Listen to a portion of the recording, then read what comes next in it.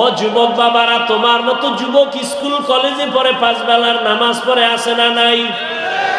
তুমি নিজেরে জিজ্ঞাসা করো, তুমি কেন পারো না? তোমার মতো যুবক র্যাব, আর্মি, পুলিশ, বিডিআর এর চাকরি করে, OC, DC, SP, professor, doctor, অভাব নাই, দাড়িওয়ালা, নামাজি, তুমি বলো কেন পারো না? তোমার নিজের বিবেকটাকে জিজ্ঞেস করো, তোমার কপালে পচন ধরলো নাকি? তোমার মতো যুবক রাস্তায় গাড়ি চালায়, নামাজ ছাড়ে না, বলো তুমি কেন পারো না? তোমার মতো যুবক জমিনে কাজ করে, নামাজ ছাড়ে না, বলো তুমি কেন পারো না? তোমার মতো যুবক নদীর মধ্যে মাছ ধরে, নৌকায় বইয়া নামাজ পড়ে, তুমি কেন পারো না?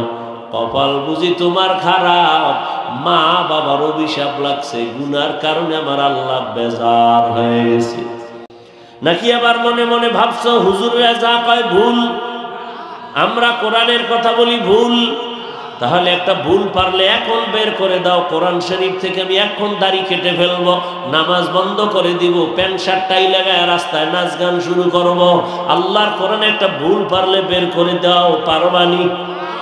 তুমি কেন ১৫০০ বছর আগে বহু পণ্ডিতেরা অপচেষ্টা কম করে নাই, কেউ পারে নাই ভুল বের করতে, বরং কোরআনের আয়নায় সবার ভুল ধরা ভুইরা দিয়া কালেমা পড়ে ফেলেছে। কিন্তু মুসলমান, তোমার কপাল কেন এত খারাপ? তাবলিগলারা বুঝায়, পীর মাশায়েখরা বয়ান করে, পাও দইরা দইরা বুঝায়, জুমার দিন খতিব সাহেব বয়ান করে, আমরা বক্তারা বয়ান করি, কি বুঝাই বাবা? টুপি লাগাইয়া তসবিহ লাও, ফাগরি লাগাও, এগুলো তো বলি না। ও বাবা, তুমি এখন ব্যবসা চাইরা লেখাপড়া করো, কোরআন মুখস্থ করো, হাফেজ হও, বলি না। ও আল্লাহর বান্দা, তুমি যেই লাইনে আছো ওখানে থাইকা নামাজ পড়ো, মা বাবার দোয়া নাও, আলেমের দোয়া নাও, শিক্ষকের দোয়া নাও, সত্য কথা বলো, নজর দিয়া হারাম দেখবা না, মিথ্যা বলবা না, গীবত করবা না, 5 বেলার নামাজ পড়ো। ও আল্লাহর বান্দা, এত বুঝানোর পরেও কেন লাইনে আসো না? অথচ তুমিও মুসলমান, আমিও মুসলমান। তোমার আল্লাহ আমার আল্লাহ কি 2 না 1? তোমার আমার নবী, তোমার কোরআন আমার কোরআন, তোমার কাবা আমার কাবা। ও যুবক বাবা, তোমার ধর্ম আমার ধর্ম, তোমার কালেমা আমার কালেমা। দুনিয়াতে আসছি সিস্টেম সবার, বিদায়বেলা কাফনের সংখ্যা হবে, আমারও 3 কাফন, তোমারও 3 কাফন। বড় টাকাওয়ালা মইরা গেলে একটা কাফন কেউ বাড়াইয়াও দিবে না, গরিব মারা গেলে গরিব হওয়ার কারণে একটা কাফন কেউ কমাইয়াও দিবে না। 3টা কাফন হবে সবার, কালার হবে আলাদা। কালারও জানাজার নিয়ম এক, জানাজা পড়ায় কবরে রাখবে, কবরের সাইজও এক, কবরে প্রশ্ন হবে 3টা, তাও এক। রবের পরিচয় দাও, ধর্মের পরিচয় দাও, রাহমাতুল লিল আলামিনের পরিচয় দাও। আমাকেও যেই প্রশ্ন, আপনাকে একই প্রশ্ন। নবী বলেন, যারা জবাব দিয়ে দিবে তার কবর হবে রওজাতুম মির রিয়াজিল জান্নাহ, আর যারা জবাব দিতে পারবে না তাদের কবর হবে হুফরাতুম মিন হুফারিন নার। কারা জবাব দিতে পারবে? আমরা হুজুরেরা। কি গ্যারান্টি আছে? হুজুরেরা যদি দিতে পারবো বলে গ্যারান্টি থাকতো, রহমতের নবীর হাতে গড়া ছাত্র সাহাবা জান্নাতের টিকিট হাতে পেয়ে গেছেন। কয়জন? এদের ইতিহাস পড়েন, জান্নাতের টিকিট পাইয়াও তাদের কান্না কান্না কান্না কান্না। নবী বলেন, আমি আয়েশার হুজরায় এশার নামাজ পড়ে ঘুমাইলাম। আয়েশার হুজরার পাশেই তো মসজিদে নববী, ছোট ঘর, খেজুর পাতার। আমি মোহাম্মদ ঘুমায় গেলাম, আমার চোখ ঘুমায় কিন্তু আমার অন্তর ঘুমায় না। হঠাৎ রাতের গভীরে কানের মধ্যে কি যেন এক আওয়াজ, একটু ভালো করে যখন আমি সজাগ হয়ে নজর দিলাম, দেখি ভেতরে মসজিদে কে যেন কান্না করে আওয়াজ আসতেছে। আমি ঘুম থেকে উঠে বের হয়ে দেখলাম, এই গভীর রাতে মসজিদে নববীর মধ্যে কে কান্না করে আওয়াজ দেয়। আমার ঘুম ভাঙলো। নবী বলেন আমি নজর দিয়ে দেখি জান্নাতের 1 নাম্বার সাহাবী আবু বকর নামাজে দাঁড়ায় দাঁড়ায় কান্না করে। আমি নবী পেছনে অপেক্ষায় দাঁড়াইছি। আবু বকর নামাজ শেষ করে যখন আমারে দেখছে, ও আবু বকর নামাজে কাঁদলেন কেন?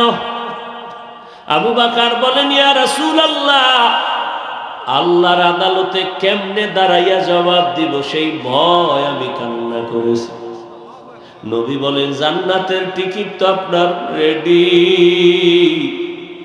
আল্লাহ আপনার উপরে খুশি হইয়া জান্নাতের সার্টিফিকেট দিছে, এরপরে আবার ভয় কেন? আবু বকর কান্না করেন ইয়া রাসূলুল্লাহ, আপনিই তো বয়ান করছেন কিয়ামতের দিন হবে কঠিন, নারী আর পুরুষ সবাই উলঙ্গ দাঁড়াবে। নবীরা পর্যন্ত যাদের গুনাহ নাই হাসরের ময়দানে তারা বেকারার হয়ে কান্না করবেন। একদিকে সূর্যের গরম, সূর্যের গরমে জমিনটা মাটির জমিন পুড়িয়া তামা হয়ে যাবে, অন্যদিকে জাহান্নামের আওয়াজ, জাহান্নাম চিল্লাইবে আর বলবে আল্লাহ বেনামাজি গুনাহগার গুলো কই, আমার পেটে দাও আমার ক্ষুধা। আল্লাহ বলবে ফেরেশতা জাহান্নামের ধর, আমার আদালতের দিকে যদি আইসাই পরে আমি আর বিচার করতে পারবো না, তাড়াতাড়ি শিকল লাগায় ধইরা রাখ। ও নবী আপনি বয়ান করেছেন কিয়ামতের ময়দান হবে ভয়ঙ্কর, আল্লাহ রাগ করে একটা আওয়াজ দিবেন লিমানিল মুলকুল ইয়াউম, আজকের দিনের বাহাদুরি কার? কেউ জবাব দিবে না। আল্লাহর কুদরতি রাগের আওয়াজটা দেওয়া মাত্র হাসরের ময়দানটা থরথর করে কেঁপে উঠবে। ওদিকে জাহান্নামের আওয়াজ, নবীরা পর্যন্ত কান্না শুরু করবেন, আদম কাঁদবেন আল্লাহ আমার উপায় কি হবে, মুসা নবী নিজের চিন্তায় কান্না করবেন, উম্মতেরা দৌড়াবে কার কাছে একটু সুপারিশ পাবো, কেউ সুপারিশ করবে না। নবী বলেন আমি তখন সেজদায় পড়ে কান্না শুরু করব, আল্লাহ জাহান্নামে ফিরাও, আমার একটা উম্মত যেন জাহান্নামে না যায়, আমার উম্মত যদি জাহান্নামে যায় আমি জান্নাতের দরজা খুলব না। আল্লাহ তখন বলবে ফেরেশতা নবীর কান্না সহ্য করা যায় না, তাড়াতাড়ি শিকল লাগাইয়া ধর, জাহান্নামের পেছন দিকে টাইনা রাখ, সামনে যেন আগাইতে না পারে। জাহান্নামের গলায় 70,000 শিকল লাগাইয়া, এক এক শিকলের গোড়ায় 70,000 ফেরেশতা পেছনে ধইরা টানবে, কেউ ধইরা রাখতে পারে না। নবী বলবে আল্লাহ ফিরাও, জাহান্নামকে ফিরাও। আল্লাহ তখন নবীর কান্না দেখা বলবে নবী মাথা উঁচু করেন, কাঁদিয়েন না, একটু পানি দিয়া বলবে এই ফেরেশতা জাহান্নামের গায়ে পানিটা ছিটায় দাও। দেওয়া মাত্র জাহান্নাম এত পেছনে দৌড়াবে, ফেরেশতারা বলবেন আল্লাহ যেই জাহান্নামের 70,000 শিকল দিয়া ধইরা রাখতে পারলাম না, সামান্য একটু পানি দিয়েছি, ওই পানিটা দেওয়া মাত্র জাহান্নাম পেছনে দৌড়ায় গেল। এই পানিটা কি আবে হায়াতের পানি, নাকি কাউসারের পানি, না ঝমঝমের পানি, নাকি দুনিয়ার কোনো বৃষ্টির পানি, না পাহাড়ের পানি, না কোনো সমুদ্রের পানি? আল্লাহ পাক রব্বুল আলামিন বলবেন ও ফেরেশতা এই পানি আবে হায়াতের পানিও না, জমজমের পানিও না, কাউসারের পানিও না, এই পানি দুনিয়ার কোনো সমুদ্রের পানি না, এই পানি আমার মায়ার নবীর উম্মতের চোখের পানি। মানুষ যখন ঘুমায় গেছে, নবীর এই আদর্শের উম্মত আমার আশায় ঘুমায় না, যায় নামাজে সেজদায় পড়ে কান্না করেছে আর বলছে ও মালিক গুনাহের কারণে তুমি আমাকে ধইরা ফেলায় না রে আল্লাহ। শয়তানের ধোকায় পড়ে কত গুনাহ করলাম, গুনার কারণে হাত না পাক, চোখ না পাক, জিহ্বা না পাক, অন্তর না পাক। ও আল্লাহ মাফ করে দাও, গুনাহ নিয়া তোমার আদালতে দাঁড়াবো না। আবু বকর কান্না করে,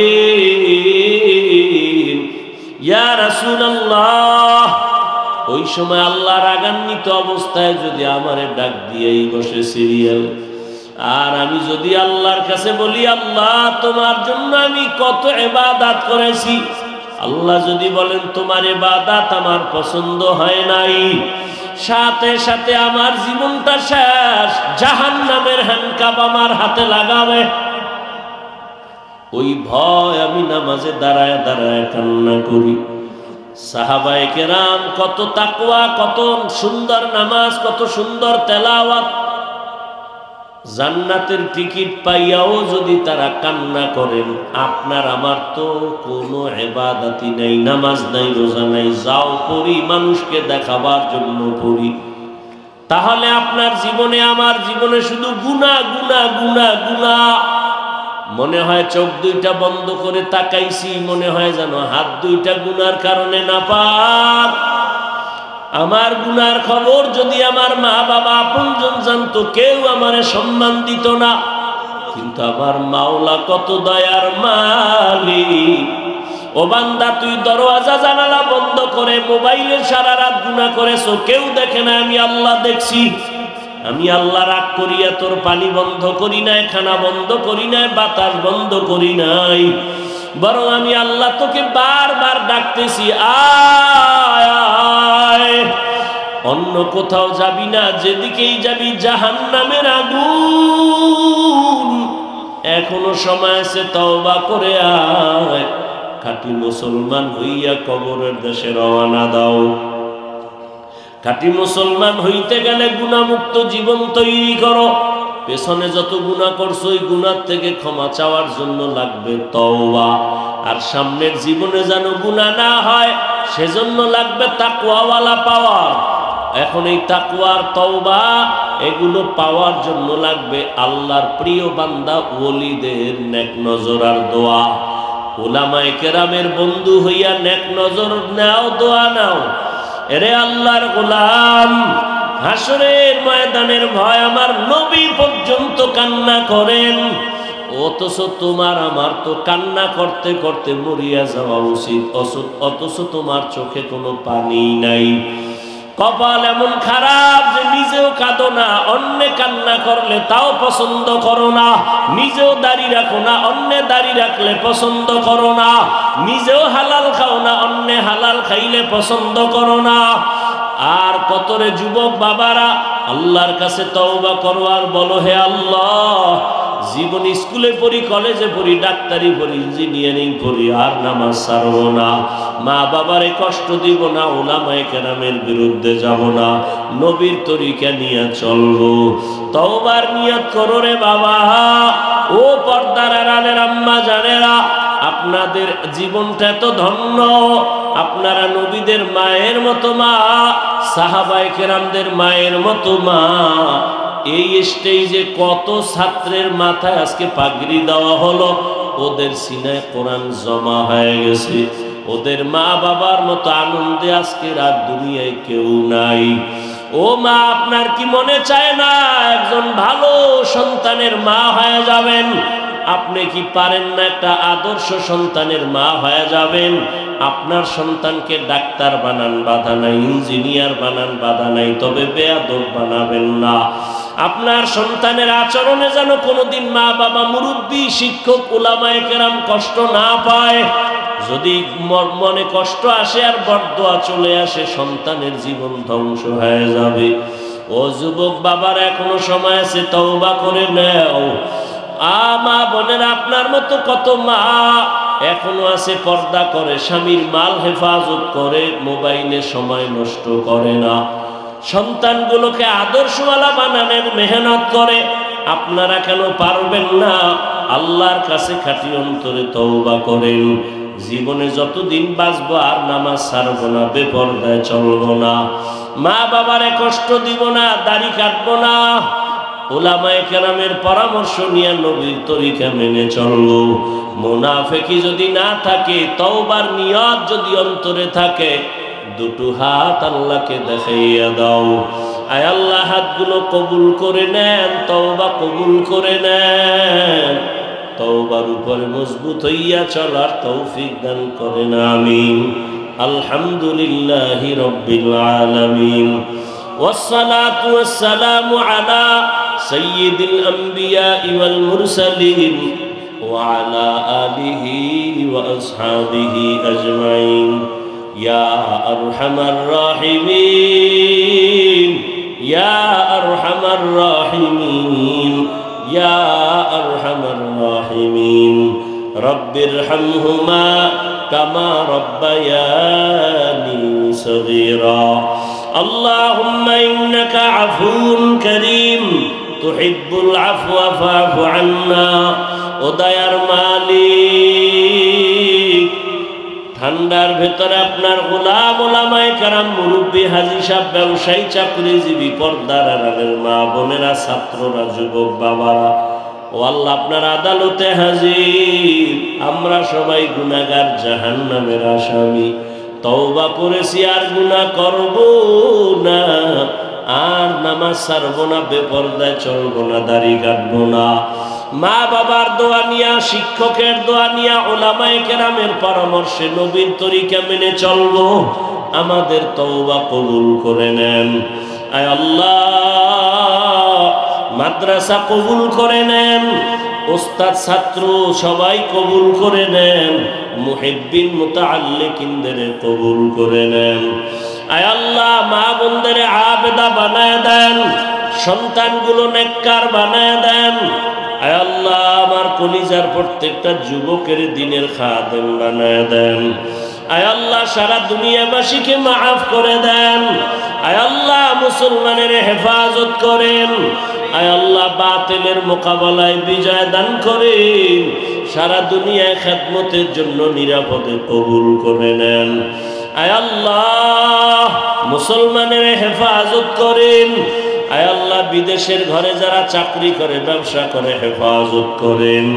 ও দয়ার মালিক, দিলের নেক আশা পূরণ করেন, সুন্নাতওয়ালা জিন্দেগি দান করেন আয় আল্লাহ। নবীর রওজা বাইতুল্লাহ জিয়ারতের তৌফিক দান করেন।